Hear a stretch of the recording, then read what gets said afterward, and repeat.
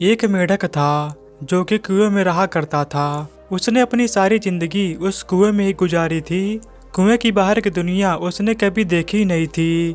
एक दिन वो कुएं में आराम से बैठा हुआ था। उतने में कुएं के अंदर एक मछली उसके पास आई।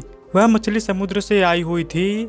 मेढक उससे पूछता है कि तुम कहाँ से आई हो मछली? तब मछली ने जवाब दिया कि मैं समुद्र से आई हूँ। अब मेढक ने तो कभी समुद्र देखा ही नहीं था, क्योंकि उसने अपनी सारी जिंदगी उस कुएं में ही गुजार रखी थी। तो मेढक उससे पूछता है कि समुद्र का मतलब क्या होता है? मछली उसे कहती है कि समुद्र मतलब जहाँ पर बहुत सारा पानी होता है। अब मेढक के पीछे जाकर एक बड़ी छलांग मारते हुए मछली को फिर से कहता है, क्या समुद्र में इतना पानी होता है? मछली फिर से मेढक को कहती है कि नहीं, इतना सा पानी भी नहीं होता है। अब मेढक कुएं के एक कोने से लेकर दूसरे कोने तक छलांग मारता है और मछली से कहता है, कितना ज्यादा पानी होता है? मछली फिर मेढक को कहती है, अरे नहीं मेढक, इससे कई ज्यादा पानी होता है। यह सुनने के बाद मेढक मछली से कहता है कि तुम झूठ बोल रही हो, इससे ज्यादा पानी कहीं होता है क्या? मेढक ऐसा इसलिए बोल रहा था क्योंकि उसने आज तक अपनी पूरी जिंदगी में उतना पानी देखा ही नहीं था। मेढक की सोच उस कुएं पर ही शुरू होती है और उस कुएं पर खत्म होती है। कुएं से ज्यादा पानी उसने कभी देखा ही नहीं था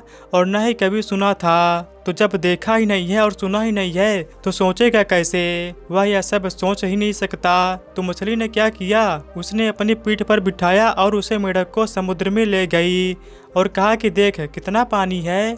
मेढक ने देखा और देखकर चुप हो गया। इस कहानी से हमें सीख मिलती